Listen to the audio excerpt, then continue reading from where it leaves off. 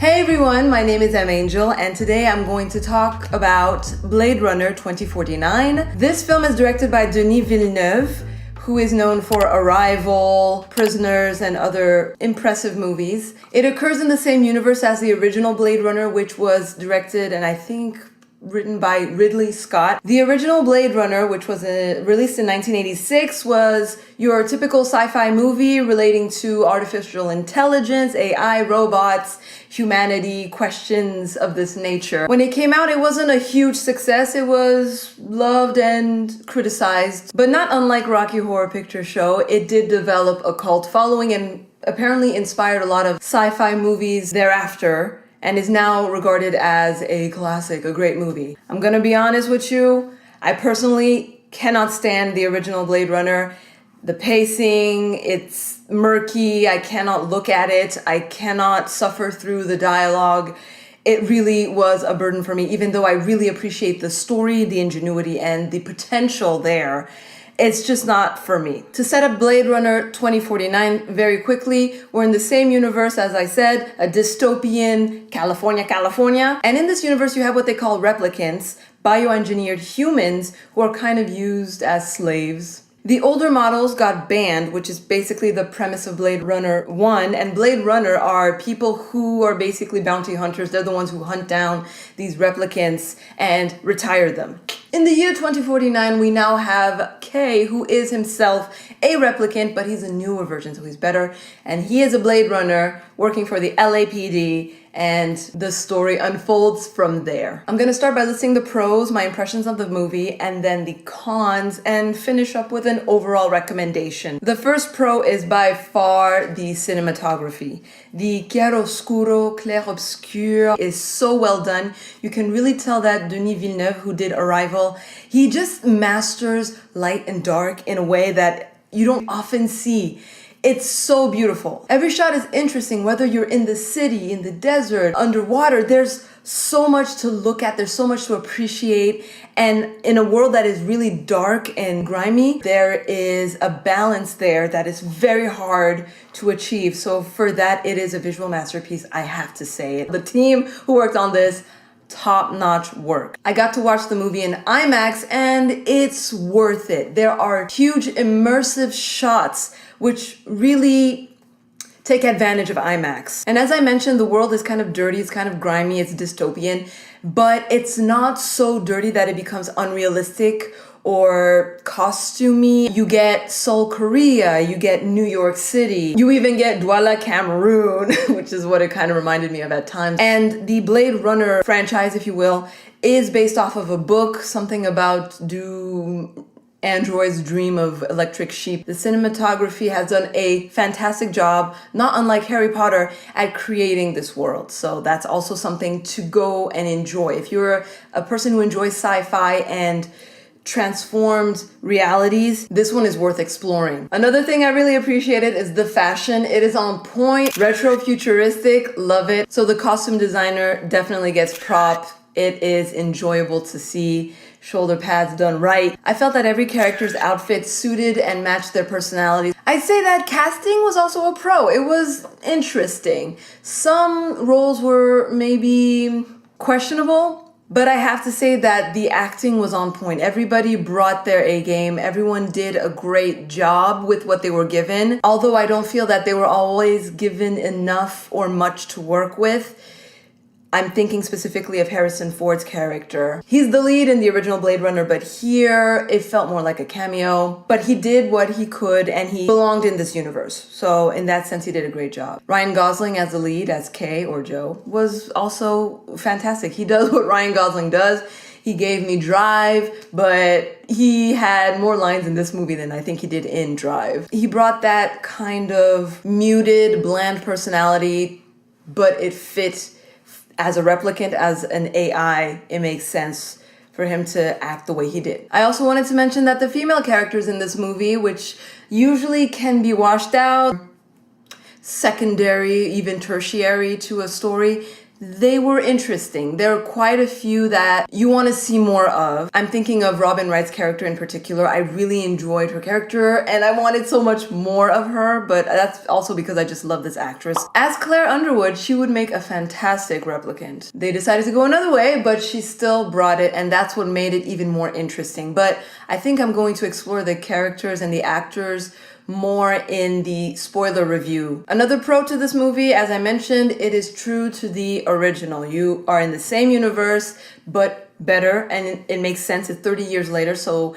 technology advances and it stays consistent. Now I'm going into a pro that's also a con. It's in the middle. I would say the script left me divided. Maybe because this whole story is based on a book, but it felt at times the script was a bit too poetic when it needed to be a little more straightforward, a little clearer to drive the story forward. I'm thinking specifically of Mr. Wallace's character, who was played by Jared Leto. He had some lines, they were thinkers, and didn't help understand the story so much. And then at times I felt like I was watching Scooby-Doo, where they are holding the audience's hand. If you're paying attention to the movie, the plot is pretty clear. They would show you pieces and clues, and if you are a person who is familiar with sci-fi movies, you get it immediately. You're like, oh, okay, A plus B equals C. And then in the next scene, it was like, this means that's C.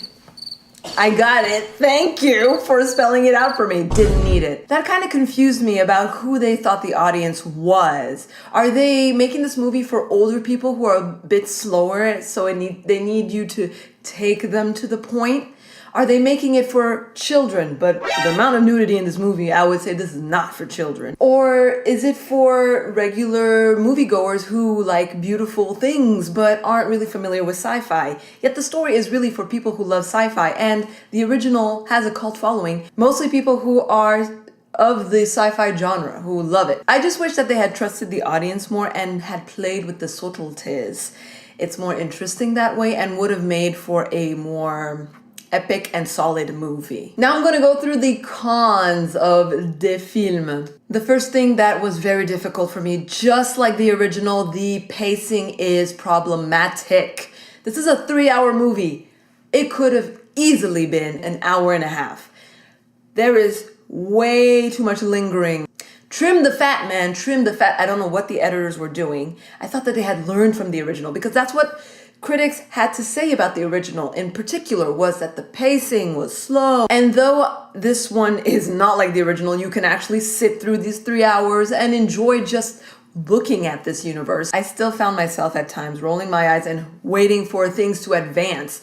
Confused look on my face, wondering why this was happening on screen the way it was, like the fight scenes. The fight scenes, I'm sorry, were terrible. They needed to hire the people who made John Wick because they could have taught them a thing or two. Although the character Love did give me a few bad $$$ kicks here and there, but really overall the fighting, it felt like punch, pause, punch, breathe, punch, stare, kick, punch, stare, line, stare, punch.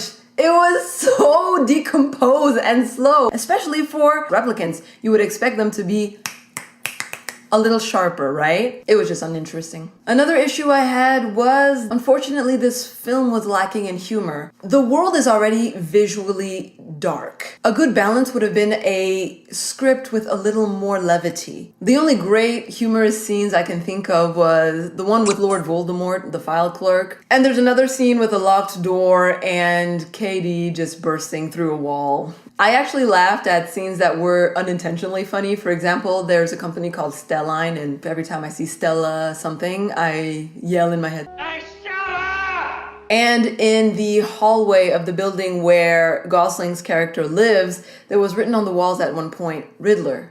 And I thought, is that an Easter egg? But this is the wrong universe. But we do have Jared Leto, and he is kind of playing the Riddler. In conclusion, I enjoyed Blade Runner 2049. I didn't expect to, because I really gut-wrenchingly disliked the original, but there was a lot to work with here. I would recommend this movie for people who appreciate the original. I think you're really going to love jumping back into this universe. I would also recommend this movie for those who enjoy storylines about artificial intelligence, about humanity, questioning what it is to be human, what it is to be a robot, how these two things are similar and different, creation, love, philosophies of the digital age. Watch this film if you also liked Ryan Gosling in Drive, you get more of that, or if you like Ryan Gosling, period. And if you enjoyed the movie The Fifth Element, Terminator, the series, Prometheus, and yeah, iRobot. As I mentioned in my other review, I didn't understand who the audience was. The storyline is pretty obvious to people who pay just a smidgen of attention. For example, the horse memory exposition. Enough!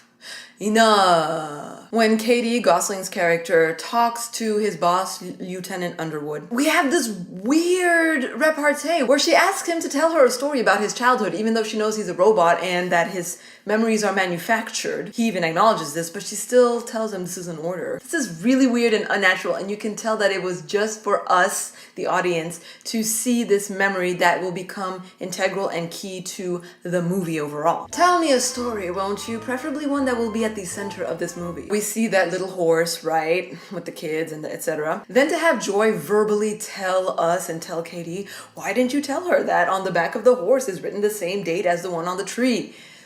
Is this an episode of Scooby-Doo? Here's what they could have done instead. Since the audience is seeing the memory, but the lieutenant is hearing it, the director could have made the choice to show us the horse. Before the kid stashes it away, could have flipped it over and showed the date on it. And you could have cut out that whole discussion. Then we have the scenes at the orphanage in the waste management district, which actually kind of reminded me of the kindergarten where Amethyst was born in Steven Universe. The moment we stepped into the orphanage, I already knew, okay, horse scene, we're gonna find the horse, right? Kay is walking with the orphanage dictator to the office and he notices a path and he lingers. Later on, we have a scene with a horse ashtray. The horse.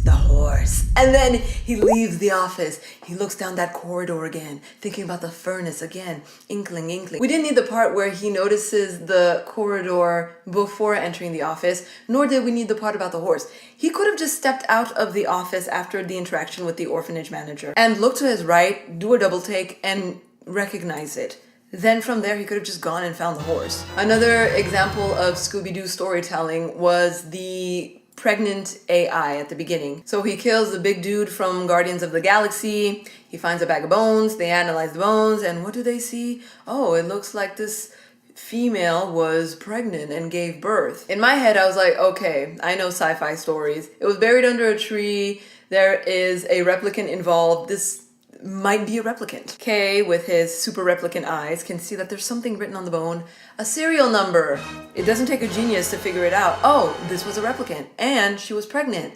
And earlier, we had a scene where the replicant told Kay, you haven't seen a miracle before. Those were the first words that came to my mind. Oh, there's the miracle, a pregnant replicant. But the next scene, just right after it, they had the lieutenant say, a pregnant replicant. This is impossible. And later on, Gosling's character again has to replay the words, you haven't seen a miracle. The moment Kay sees the serial number on the bones, he could have just whispered to himself, the miracle. And we would have gotten it. We would have figured it out. Another obvious thing, it was obvious to me, was that the memory maker is the chosen one. She is the Neo. She is the child of the replicant. I felt that it would have been too obvious. So I actually suspected that Jared Leto's character, Mr. Wallace, was the child of the replicant because he seemed so obsessed with developing reproductive capabilities that I thought maybe he wanted to accomplish what Tyrell had accomplished. And his ultimate goal was to create more mixed kids like him because he's like the only mixed kid. If the Joker turned Riddler was actually the chosen one, Deckard's child, that would have made for a more interesting story, but it is true that it would have been similar to Star Wars Episode 7. I don't want to spoil it for anyone, but it probably would have led to a similar ending or development, so it might actually be better this way. But yes, there were enough clues to point to the memory maker as the child. First of all, Kay is a replicant, and we were told that their memories are implanted. Who makes the memories? The memory maker. So whose memories could it be? The memory makers.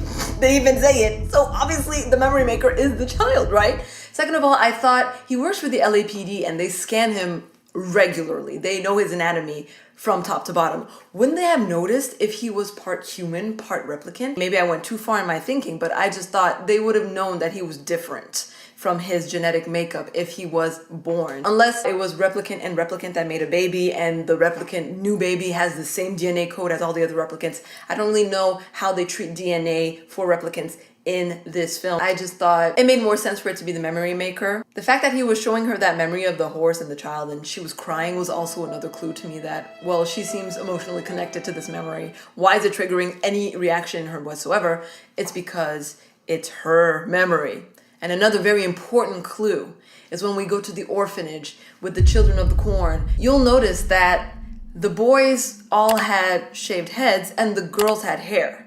And in this memory, the protagonist has hair while the other boys did not have hair. Oh, okay, so it's a little girl in the memory, not a boy. Hence, must be the memory maker. And in true sci-fi storytelling, she put some of her memories, which is illegal, inside of the replicants. My theory is to find her parents. Maybe she feels that by putting her memories out there, the replicants will talk about it, and it will somehow lead to her finding her origins, her parents. And again, going back to the DNA thing, I am wondering though, didn't they scan her? Wouldn't they notice that her DNA is different if born replicants are different somehow biologically, especially if she's a hybrid of human and replicant? And if she's working for Wallace, is he maybe keeping her and hiding her intentionally in that bubble? Or is she really sick like that DNA spreadsheet said that she had some kind of an illness? Or was that even a fake record and she's not sick, but they told her that she's sick and she believes that she's sick and she can't leave the bubble? So many questions. One scene I really did not understand, but at all, and I'm hoping somebody gets it and could explain it to me, was the whole birthing of the replicant scene with that modern dancer that drops out of that honey sack. Wallace is spatting poetry and he's all confusing and cryptic and I don't know what he's talking about. Slashes her stomach. Why? I didn't understand. Love is crying. Then he touches this honey-covered dancer and later on, I love it, he touches Love on the shoulder. That look she gave him, boy, if you don't remove that filthy, honey-drenched paw of yours off of this immaculate ivory Jean-Paul Gaultier original, you're just gonna have to part ways with that paw the way Underwood did. But then he removed his hand and it was clean. For you, girl, he cleaned his hand before he touched your suit. Now, let's talk about casting, the characters, the actors, all of it. Now, when I say that this film had too much fat in it, one of them fatty acids is Joy. Her character was completely useless. I'm sorry, you could have cut her out of the story, replaced her with a cat. It would have been the same thing, if not better, to advance the story forward. The love scene was the epitome of uselessness, and it really just felt like they were taking advantage of this scene to showcase and show off some new CGI tricks. Look, we can morph two people into one. We can have two hands touching one person. Maybe it could have come out as a separate music video. It looked nice. Every scene with her just felt forced. It didn't add to the story. It didn't really bring much, unless it was to explore the dynamic between Joy and Kay. We see that he is a replicant. He is a newer version, a newer model, which is supposed to be more obedient, human, but not so human. And yet he still has this need for companionship, for love and affection. But I'm sorry, it just wasn't baked into the story well enough. I felt like the movie Her, obviously it's all about this type of relationship, but it does a better job at exploring the whole human android relationship and the nature of love, and is it love if one party is programmed to love you? And not to spoil it too much, but this topic is also well explored and developed somewhat in the movie Ex Machina. So part of me thought it was cute, two robots falling in love, but at the same time, at the end, he is disillusioned when he meets giantess Joy, and she calls him a Joe, and he realizes that, oh yeah, it's written on the commercial, which he should already have known because he bought the product, but she will tell you what you want to hear. So was it love? Did she love him when she said she did? Did he really love her? What was his love? And I think it made him realize that he isn't human in that moment. But some would argue that there is nothing more human than to fall in love with an illusion. As I mentioned before, another character that I really enjoyed was Robin Wright's character. As Claire Underwood, she makes for a perfect replicant, but here she's a human and she's still cold. So it was interesting because it really did blur the lines between the humans and the replicants. The casting of Ryan Gosling,